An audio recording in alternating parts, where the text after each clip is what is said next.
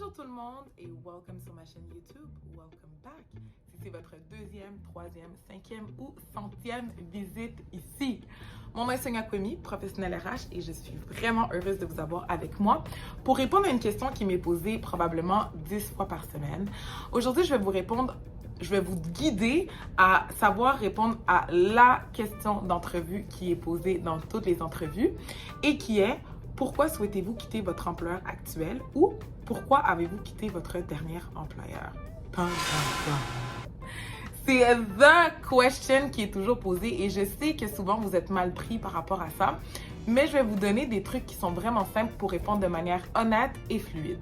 Mais avant de me plonger là-dedans, je vais prendre quelques secondes pour vous remercier parce que je suis tellement heureuse et choyée que vous soyez avec moi et que vous m'aidiez à grandir cette communauté qui me rend si heureuse et qui impacte autant de gens. Alors, merci mille fois pour ça. Et si vous voulez continuer à m'aider à faire grandir cette belle communauté que nous avons ensemble, n'oubliez pas de vous abonner à cette chaîne YouTube et de donner un petit thumbs up. Ça permet de diffuser et d'aider l'algorithme. Alors, est-ce que vous êtes prêts à voir mes trucs pour vous aider à répondre à cette question? Let's go! Alors, pour y répondre, il y a deux volets. Le premier, c'est d'éviter d'être négatif. Donc, il y a tellement de raisons qui nous poussent à quitter notre emploi. On peut avoir une mauvaise relation avec son gestionnaire, on peut avoir des conditions qui ne nous conviennent pas, on peut avoir un salaire qu'on trouvait que c'était complètement de la merde, on peut ne pas s'entendre avec ses collègues. Il y a des réponses diverses et variées. Mais ce qu'on va vouloir faire quand on répond à cette question, c'est de la répondre de manière positive. Et pourquoi est-ce qu'on veut y répondre de manière positive?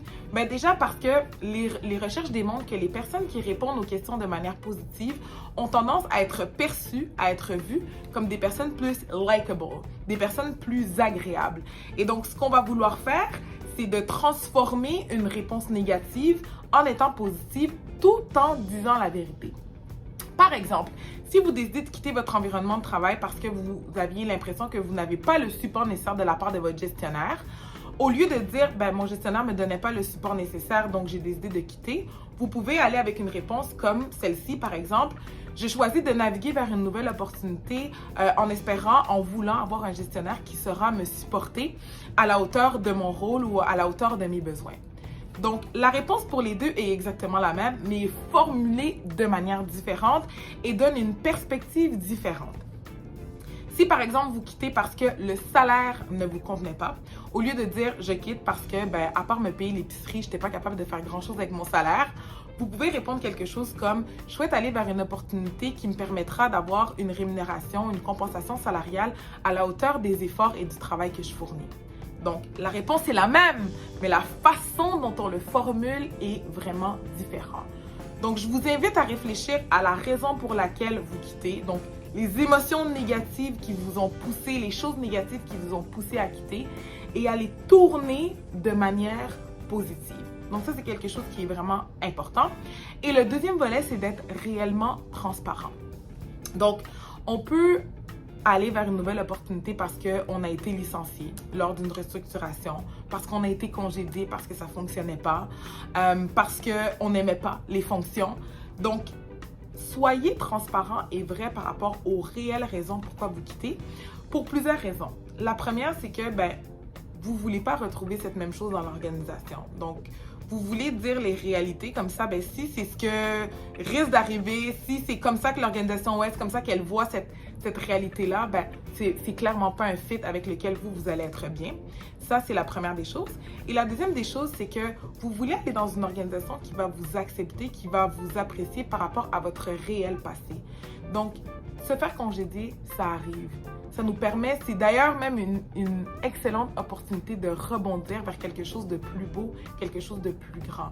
Donc, vous voulez dire les vérités par rapport à votre départ, par rapport à votre terminaison. Puis encore une fois, on rebondit sur le truc numéro 1 pour les amener de manière positive. Par exemple, si vous avez été licencié, de dire en fait, mon organisation a procédé à une restructuration et malheureusement, mon rôle faisait partie des fonctions qui ont été terminées. Donc, ça se dit très bien. Si vous avez été congédié, ce qui arrive aussi, et c'est vraiment fréquent, beaucoup plus fréquent que vous ne le pensez, vous pouvez dire, ben, malheureusement, le rôle pour lequel j'ai appliqué, les fonctions n'étaient pas en adéquation ni avec moi ni avec l'organisation et donc nous avons terminé notre relation d'affaires. Donc, ça se dit aussi très bien. Si vous quittez parce que l'environnement ne vous convenait pas, vous pouvez le dire aussi, être transparent en disant moi je cherche une opportunité qui me permettra d'être dans un environnement où je serai épanouie, avec des collègues avec qui je vais avoir une bonne entente et un gestionnaire avec qui je vais pouvoir grandir. Donc, ça donne les raisons pour lesquelles vous avez quitté. Donc, grosso modo, lorsque l'on vous pose cette question, comme je l'ai mentionné, il y a deux choses à garder en tête. Déjà, la première, tournez les éléments négatifs en positif. Et la deuxième, soyez transparent parce que le gestionnaire qui est en face de vous détectera, croyez-moi, assez facilement si vous mentez, ou le recruteur ou le conseiller en acquisition de talent qui est assis devant vous, ou le professionnel RH, croyez-moi, il en a vu plus d'une. Donc, si vous mentez, il le saura très rapidement que vous ne dites pas la vérité. Alors voilà, c'est ce qui conclut cette petite capsule pour vous aider, pour vous soutenir à répondre à une question qui est posée dans toutes les entrevues. Dites-moi dans les commentaires si ça vous a aidé.